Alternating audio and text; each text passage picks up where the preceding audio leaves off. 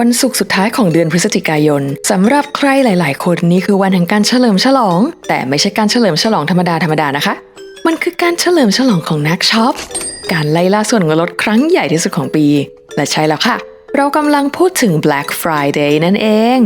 แต่ว่าทุกคนเคยสงสัยไหมคะทำไมอยู่ๆวันศุกร์หลังวันขอบคุณพระเจ้าถึงกลายเป็นเทศกาลลดราคาอันบ้าคลั่งที่ทำให้ผู้คนทั่วโลกยอมอดหลับอดนอนยอมต่อแถวยาวเหยียดหรือแม้กระทั่งแย่งชิงสินค้ากันเพียงเพื่อให้ได้ของในราคาที่ถูกกว่าปกติ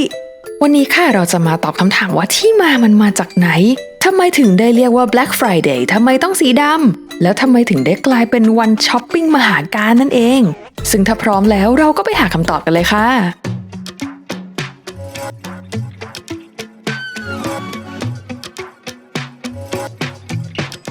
เอาล่ะค่ะหลังจากที่กระตุ้นความอยากรู้กันไปแล้วเรามาเริ่มต้นที่พื้นฐานกันก่อนเลยว่า Black Friday คืออะไร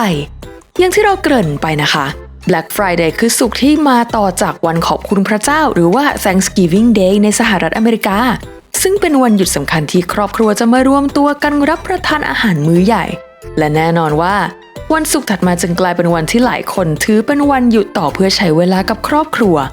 และนับเป็นวันแรกที่ผู้คนจะเริ่มออกมาจับจ่ายซื้อของขวัญสำหรับการเฉลิมฉลองเทศกาลคริสต์มาสและปีใหม่ที่กำลังจะมาถึงแต่ความน่าสนใจมันอยู่ที่ชื่อค่ะคำว่า Black Friday เนี่ยมันฟังดูเป็นคำที่ให้ความรู้สึกในแง่ลบหรือว่าเกี่ยวกับหายนะบางอย่างแต่ทำไมถึงถูกนำมาใช้เรียกวันช้อปปิ้งที่ควรจะเต็มไปด้วยความสุขและกำไรล่ะที่มาของชื่อนี้มี2ทฤษฎีหลักๆที่น่าสนใจและแต่ละทฤษฎีก็มีเรื่องราวในตัวเองค่ะเรามาเริ่มที่ทฤษฎีที่เป็นที่ยอมรับกันมากที่สุดนะคะซึ่งนั่นก็คือทฤษฎีที่มาจากเจ้าหน้าที่ตำรวจในเมืองฟิลาเดลเฟียรัฐเพนซิลเวเนียในสหรัฐอเมริกาค่ะลองจินตนาการถึงช่วงทศวรรษที่ 1950 ถึง 1960 สิคะทันทีที่วันขอบคุณพระเจ้าสิ้นสุดลงผู้คนจำนวนมหาศาลทั้งจากชานเมืองและนักท่องเที่ยวก็ต่างหลั่งไหลเข้ามาในเมืองฟิลาเดลเฟียเพื่อที่จะเริ่มต้นการช้อปปิ้งคริสต์มาสอย่างเป็นทางการสิ่งที่เกิดขึ้นก็คือความโกลาหลขนาดใหญ่ค่ะการจราจรติดขัดจนเป็นอัมพาตอาชญากรรมเล็กๆน้อยๆอย่างการวิ่งราวก็เพิ่มสูงขึ้นอย่างน่าตกใจและเจ้าหน้าที่ตำรวจทุกคนก็ถูกเรียกตัวมาประจำการเพื่อควบคุมฝูงชนและความวุ่นวายที่เกิดขึ้นตลอดทั้งวันเลยด้วยความเหนื่อยล้าและสถานการณ์ที่ควบคุมได้ยากนี่เองเจ้าหน้าที่ตำรวจก็เลยให้ฉายาวันนั้นว่า Black Friday เพื่ออธิบายถึงความยุ่งเหยิงความมืดมนและความหนักหนาสาหัสของวันทำงานที่แสนยาวนานและก็วุ่นวายที่สุดของปีนั่นเองค่ะในช่วงแรกคำนี้ก็ยังไม่ได้แพร่หลายนักหรอกแต่เมื่อหนังสือพิมพ์ท้องถิ่นนำไปใช้คำนี้ก็เริ่มเป็นที่รู้จักในวงกว้างขึ้นเรื่อยๆค่ะทีนี้มาดูอีกทฤษฎีหนึ่งกันนะคะซึ่งเป็นทฤษฎีที่ร้านค้าและพ่อค้าแม่ค้าชื่นชอบและพยายามโปรโมทแทนทฤษฎีแรกค่ะนั่นคือที่มาของคำว่า black ซึ่งหมายความว่ากำไรในอดีตนักบัญชีจะใช้หลักการบันทึกบัญชีง่ายๆโดยใช้หมึกสีแดงเมื่อร้านค้าขาดทุนหรือว่ามียอดขายติดลบส่วนหมึกสีดำก็เมื่อร้านค้ามีกำไรหรือมียอดขายเป็นบวกวัน Black Friday นี่เองที่การจับจ่ายใช้สอยเริ่มต้นขึ้นอย่างบ้าคลั่งทำให้ร้านค้าส่วนใหญ่ที่อาจจะมียอดขายไม่ค่อยดีมาตลอดทั้งปีกลับมาสามารถทำยอดขายได้ถล่มทลายได้ภายในวันเดียวจนบัญชีของพวกเขาพลิกจากสีแดงเป็นสีดำคือสามารถกลับมามีกำไรได้ในที่สุด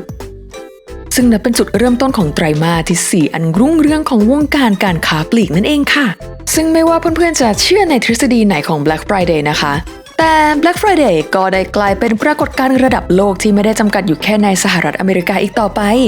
มันคือวันแห่งการลดราคาครั้งใหญ่ที่ทำให้ผู้คนทั่วโลกเตรียมตัวเตรียมเงินและเตรียมพร้อมที่จะพุ่งเข้าใส่สินค้าที่ต้องการอย่างบ้าคลั่งนั่นเองค่ะ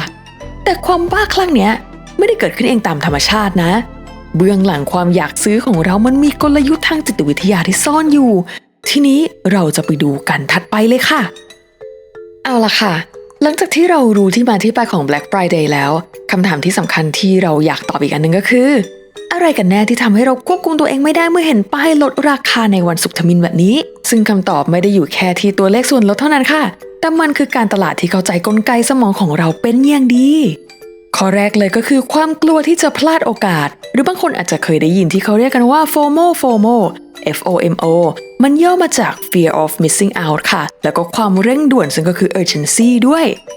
กลไกแรกและสำคัญที่สุดก็คือการสร้างความรู้สึกเร่งด่วนและการกระตุ้นโฟโมหรือว่าความกลัวที่จะพลาดโอกาสร้านค้านะคะมักจะใช้คำพูดที่สร้างความกดดันให้เราต้องตัดสินใจในทันทีอย่างเช่นลดราคา3 ชั่วโมงเท่านั้นหรือหน้าที่ทองเฉพาะ100 ชิ้นแรกสิ่งเหล่านี้ค่ะมันจะไปกระตุ้นสมองส่วนที่เรียกว่าระบบลิมบิกซึ่งเป็นส่วนที่ควบคุมอารมณ์และการตัดสินใจแบบเฉียบพลันการจำกัดเวลาและจำนวนสินค้า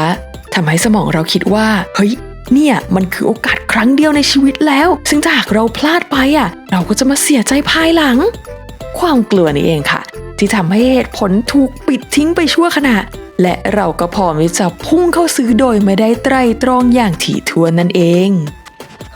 ข้อที่ 2เป็นการเปรียบเทียบราคาค่ะกลไกทางจิตวิทยานี้ก็คือผลกระทบจากราคาอ้างอิงหรือว่า anchoring effect ซึ่งเป็นสิ่งที่ร้านค้าใช้หลอกล่อสายตาของเราให้รู้สึกว่าคุ้มค่าที่สุดอย่างเช่นสมมติว่าเราเห็นราคาเดิมอยู่ที่ 2,000 บาทถูกขีดค่าไปแล้วก็มีราคาใหม่ลดลงมาเหลือ199สมองของเราก็จะยึดติดกับราคาเดิมที่สูงกว่าซึ่งก็คือ 2,000 บาทใช่ไหมทำให้เรารู้สึกว่าเฮ้ยเราประหยัดไปได้ตั้ง 1,800 โดยอัตโนมัติซึ่งทั้งที่ความเป็นจริงแล้วไอ้ราคา199เนี่ยอาจจะเป็นราคาที่ใกล้เคียงกับต้นทุนเขาเลยหรือว่าจะเป็นราคาที่เคยลดไปแล้วหลายครั้งแต่การนำเสนอราคาอ้างอิงที่สูงก็จะทำให้ราคาใหม่ดูดีขึ้นอย่างเหลือเชื่อซึ่งนี่เป็นกลยุทธ์ที่ส่งพลังในการสร้างภาพลวงตาของความคุ้มค่าค่ะข้อ 3การซื้อเพื่อความสุขและรางวัลหรือว่า reward mechanism เพราะว่าการช้อปปิ้งจะกระตุ้นให้ร่างกายเราหลั่งสารโดปามีนซึ่งเป็นสารเคมีแห่งความสุขและความรู้สึกดีการได้ของในราคาพิเศษก็ยิ่งเป็นการเพิ่มระดับโดปามีนให้สูงขึ้นไปอีกเพราะว่ามันไม่ใช่แค่การซื้อของแต่เป็นการเอาชนะระบบและได้รางวัลที่คุ้มค่าในราคาที่ถูกกว่าคนอื่นความรู้สึกที่ได้เป็นผู้ชนะในการแย่งชิงส่วนลดเนี่ยแหละค่ะที่ทำให้เราติดใจและพร้อมที่จะกลับมาช้อปปิ้งอีกในปีถัดไปค่ะข้อ 4การตอบสนองทางสังคมและพิธีกรรมซึ่งท้ายที่สุดแล้ว Black Friday ก็ได้กลายเป็นพิธีกรรมทางสังคมไปแล้วค่ะการช้อปปิ้งในวันนี้ไม่ได้เป็นแค่เรื่องส่วนตัวแต่เป็นประสบการณ์ที่ถูกแชร์ต่อๆกันเมื่อคนรอบข้างตัวเราพูดถึงการลดราคาและการเล่าถึงการล่าดีลที่ดีที่สุดก็จะกลายเป็นส่วนหนึ่งของการสนทนาการไม่เข้าร่วมก็จะดูเหมือนทำให้เราถูกทิ้งไว้ข้างหลังและด้วยปัจจัยทางสังคมนี้เองที่ผลักดันให้คนที่อาจจะไม่ได้ตั้งใจซื้อของก็อาจจะเข้ามาดูโปรโมชั่นเพราะว่ากลัวจะตกข่าวดังนั้น Black Friday จึงเป็นการรวมตัวกันของกลยุทธ์ทางการตลาดที่แสนฉลาดและกลไกทางจิตวิทยาขั้นพื้นฐานของมนุษย์ที่ทำให้มันทรงพลังและควบคุมพฤติกรรมของเราได้อย่างไม่น่าเชื่อเลยค่ะแต่การเปลี่ยนแปลงจากห้างสรรพสินค้าสู่โลกดิจิทัลก็ทำให้ Black Friday ยิ่งซับซ้อนยิ่งขึ้นซึ่งเราจะไปต่อตรงนี้กันเลยค่ะในอดีต Black Friday เป็นปรากฏการณ์ที่เกิดขึ้นจริงในโลกกายภาพซึ่งมีผู้คนนอนกลางเต็นท์นอนรอข้ามคืนหน้าประตูห้างสรรพสินค้าเพื่อเป็นคนแรกที่ได้คว้าสินค้าลดราคาในตำนานมีการแย่งชิงที่ดุเดือดเมื่อประตูเปิดออกการวิ่งยังไม่คิดชีวิตเพื่อไปคว้าทีวีจอใหญ่หรือว่าสินค้าอิเล็กทรอนิกส์ที่ลดราคาสุดๆนั่นคือ Black Friday แบบดั้งเดิมค่ะซึ่งเป็นประสบการณ์ที่ตื่นเต้นวุ่นวายแล้วก็เต็มไปด้วยอะดรีนาลีนแต่เมื่อเทคโนโลยีเข้ามามีบทบาทในชีวิตประจำวันของเรา Black Friday ก็เริ่มปรับตัวและการเปลี่ยนแปลงครั้งสำคัญที่สุดก็คือการเข้าสู่โลกออนไลน์หรือว่า e-commerce นั่นเองค่ะทางฝั่งอเมริกานะคะแทนที่จะต้องเผชิญกับสภาพอากาศที่ทั้งหนาวเย็นแล้วก็การเบียดเสียดกับผู้คนตอนนี้พวกเขาก็สามารถช้อปปิ้งได้จากทุกที่ทุกเวลาไม่ว่าจะอยู่บนโซฟาที่บ้านหรือกำลังพักเบรกจากการทานอาหารมื้อใหญ่พวกเขาก็สามารถเข้าถึงดีลส่วนลดได้โดยปลายนิ้วนั่นเองซึ่งการเปลี่ยนผ่านนี้ก็ไม่ได้เกิดขึ้นในทันทีแต่ว่าค่อยๆเติบโตขึ้นโดยเฉพาะอย่างยิ่งหลังปี 2010 เป็นต้นมาซึ่งเป็นการปฏิวัติพฤติกรรมผู้บริโภคครั้งใหญ่ที่ทำให้ Black Friday มีความยาวนานขึ้นแล้วก็ไม่ได้จำกัดแค่ในวันศุกร์อีกต่อไปหลายร้านเริ่มลดราคาทั้งสัปดาห์หรือแม้กระทั่งตลอดเดือนพฤศจิกายนและเพื่อเป็นการตอบรับการเติบโตทางช่องทางออนไลน์โดยเฉพาะในปี 2005 จึงได้มีการบัญญัติคำว่า Cyber Monday ขึ้นมาค่ะซึ่ง Cyber Monday ก็คือวันจันทร์ที่ตามหลัง Black Friday และเป็นวันที่ร้านค้าออนไลน์และเว็บไซต์ e-commerce โดยเฉพาะจะมอบส่วนลดและโปรโมชั่นพิเศษที่เน้นสินค้าอิเล็กทรอนิกส์ แกดเจ็ต และดีลที่ต้องใช้โค้ดส่วนลดเป็นหลักค่ะ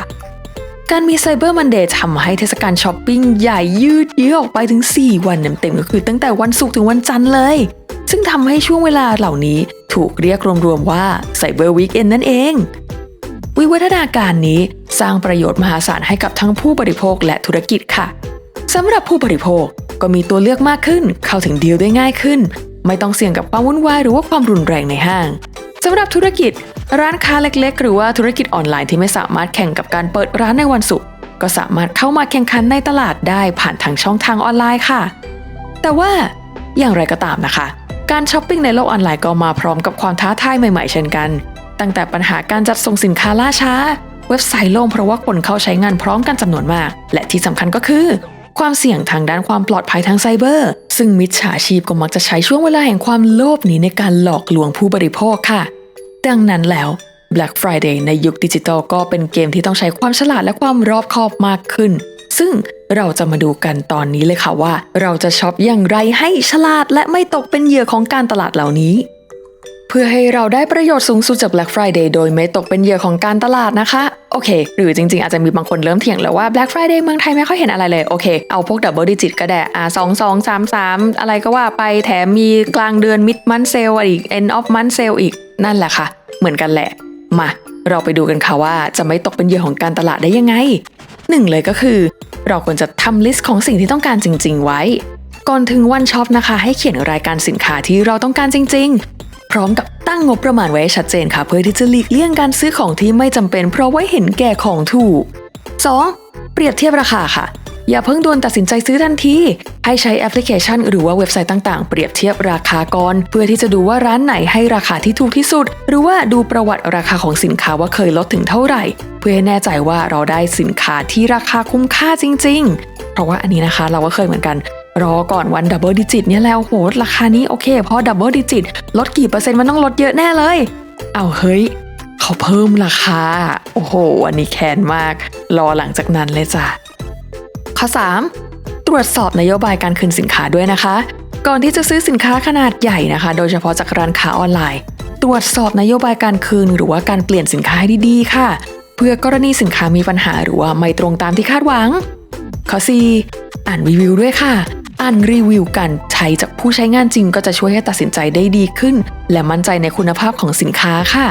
และข้อ 5. แน่นอนค่ะต้องระวังมิจฉาชีพเพราะว่าในช่วงเทศกาลลดราคาแบบนี้มิจฉาชีพก็จะช่วยโอกาสสร้างเว็บไซต์ปลอมสร้างข้อความหลอกลวงนู่นนี่นั่นให้เราระมัดระวังในการคลิกลิงก์ที่ไม่น่าเชื่อถือนะคะและตรวจสอบความน่าเชื่อถือของร้านค้าให้ดีก่อนที่จะซื้อค่ะอันนี้ส่วนตัวเลยนะเราเคยจะเช่ากล้องจะซื้อกล้องพวกนี้เนี่ยแหละแล้วก็ไปเจอเพจใน Facebook ก็ดูแบบดูน่าเชื่อถือคนตามเป็นหมื่นอะไรอย่างเงี้ยปรากฏว่าพอไปสืบประวัติจริงๆโอ้โหมันเป็นทำกันเป็นกระบวนการเลยมีหลายเพจมากแล้วก็พอหาโอนเงินเสร็จก็จะหายเงียบไปเลยเกือบไปแล้วเอาล่ะกลับมาที่ Black Friday กันก่อนนะคะจะเห็นได้เลยว่ามันเป็นวันที่มากกว่าแค่วันลดราคาสินค้าค่ะแต่ว่ามันจะมีการเปลี่ยนแปลงทางวัฒนธรรมแล้วก็เศรษฐกิจที่สะท้อนให้เห็นถึงพฤติกรรมของผู้บริโภคและการตลาดที่ฉลาดขึ้นแล้วก็รวมไปถึงวิวัฒนาการของการซื้อขายในยุคดิจิทัลด้วยค่ะหวังว่าข้อมูลในวันนี้จะเป็นประโยชน์แล้วก็ช่วยทุกคนเข้าใจ Black Friday ได้อย่างลึกซึ้งมากขึ้นนะคะและไม่ว่าพวกเราจะตัดสินใจช็อปใน Double Digit และ Black Friday ช็อปวันไหนก็ขอให้เป็นไปอย่างมีสตินะคะสำหรับวันนี้ถ้ามีข้อมูลตรงไหนผิดพลาดประการใดเราก็ขออภัยมาณที่นี้ด้วยและส่วนใครที่ชอบคลิปนี้ก็อย่าลืมกดไลค์กดแชร์ชวนเพื่อนๆมาดูแล้วก็ติดตามเพื่อมาหาคำตอบเรื่องอื่นๆไปด้วยกันนะคะสำหรับวันนี้เราก็ต้องขอตัวลาไปก่อนแล้วพบกันใหม่คลิปหน้าค่ะสวัสดีค่ะ